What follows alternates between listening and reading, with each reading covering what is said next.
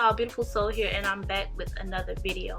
I just want to get on here and do a real quick video on this particular sneaker, so I'm gonna just go ahead and jump into it. It is about the Chunky Dunky. How many of y'all was able to come up on it? So I know when this sneaker first came out, I was really excited because in my first video, I'm not sure if you guys have seen it yet or not. If not, you might want to check that out. I did let you guys know that I'm a fan of SBs. I have been for a long time. So like I said, when this came out, I was really excited. I'm a big fan of wordplay, a play on words. So I think the name Chunky Dunky is genius. And the first thing that I noticed that I really like and could really get down with was the swoosh. Don't get me wrong, it does kind of look like some melted cheese because of the color choice, but I do get the melted ice cream effect. So I really love the swoosh. Second, the cow print. When I took it out the box and I was feeling on it, I was like, wow, this is real nice. It feels real. So the cow print is another nice touch. I mean, all around as a collective, as a whole, the sneaker does a really good job of mimicking the Ben & Jerry's ice cream container.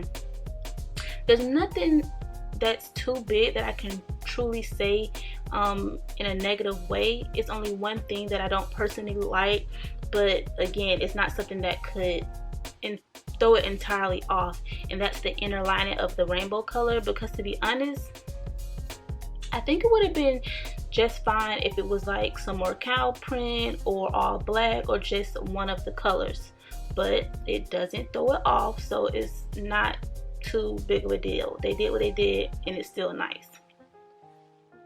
I would like to do a on foot look of these for y'all, but this is not my sneaker.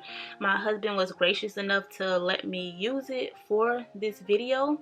So, and to be honest with y'all, it was more so of an investment on his part, because I mean, he has SBs, but he's not really a fan of the low tops. The only ones he really cared to wear are the mosquitoes, and nice shoe, but not something he would wear. When they first came out, in my size, they were going for about $4,000, and right now I think they're selling for about $2,000. And it's not something I say I can't do, but it's just something that I don't want to do or see myself personally doing at the price they are at now. And I mean, I'm sure they probably only gonna go up, and if that's the case, I guess I might not ever own them or anytime soon. I mean, I would still like to own them. I'm still a fan of the shoe. I would be elated if I was to come up on them, but as of right now, I just go ahead and let that pass. And I too would like to add, years ago, Ben & Jerry's as a company came out expressing their thoughts and their support about the Black Lives Matter, and recently with current events, they came out and said something else again. So not only am I'm a fan of the SB and Ben & Jerry collab as just being a sneaker, but I also too acknowledge and accept and happy to hear and know that they support and stand with the people like me.